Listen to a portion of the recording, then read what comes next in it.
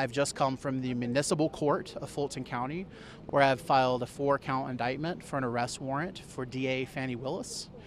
Because Fani... To arrest Yes. the DA, Fani Willis? Yes. This is conservative activist and failed former candidate for the Georgia State House, Brad Barnes, who claims that he has filed indictments against DA Fani Willis in Georgia. Now, if you're wondering what his authority is to do so, so am I.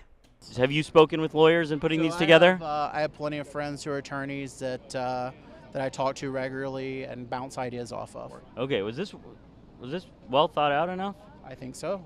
No, he's not even an attorney. But don't worry, he's friends with some attorneys who have promised him he's doing things the right way. Incidentally, none of them told him he has any authority to file indictments, criminal charges against a person. But this interview only gets better. Take a look and listen closely to the words coming out of Brad's mouth. What's your view broadly on all this? So Donald Trump and some of his associates, did not like the result of the election in Georgia.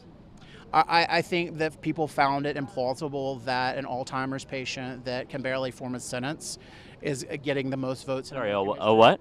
An Alzheimer's patient, Joe Biden, who can barely form a sentence. What are you saying?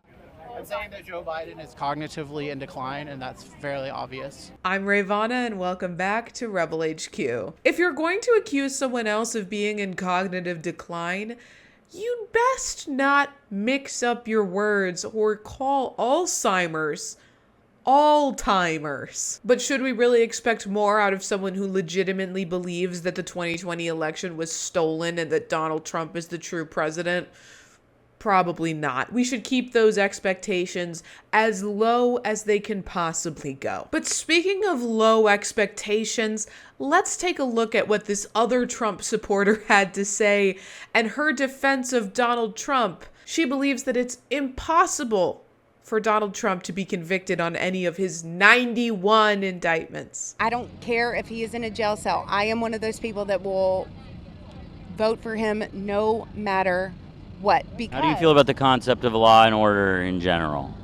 I agree with law and order. I am 100%. Do you feel that if he's convicted, though, that wouldn't change your mind? He won't be convicted. But if he was? But he won't. But if he was? He won't. She believes in law and order. 100%, she said, except for if it is applied to Donald Trump. In that case, forget law and order. It's not important.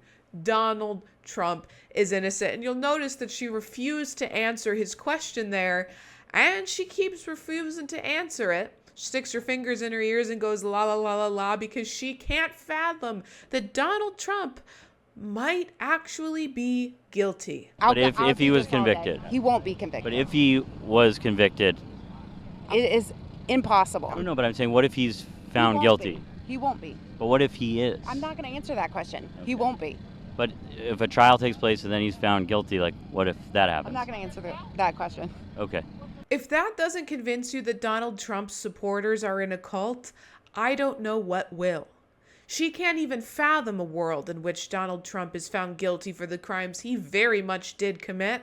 She can't fathom a world where Joe Biden is the legitimate president, and neither can Brad Barnes. And what will it take to wake these Trump supporters up? Will it take him actually being convicted on a number of any of the 91 indictments against him? Or will it take him losing in 2024 to President Joe Biden, Alzheimer's and all?